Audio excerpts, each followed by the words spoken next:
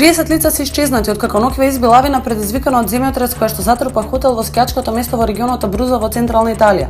Спасувачите стравуваат дека она што е останато од хотелот може да пропадне целосно и така дури да има преживеани, тие нема да може да се извлечат.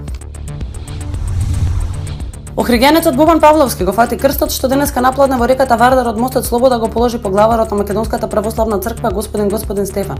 За учество во манифестацијата Водици 2017 беа пријавени повеќе од 100 граѓани, а кум е сопственикот на ресторанот Стара куќа Димитри Јовановиќ. По вчерашниот надпревар со Шпанија попладне во македонската ракометна репрезентација ќе игра со Исланд на светското првенство во ракомет.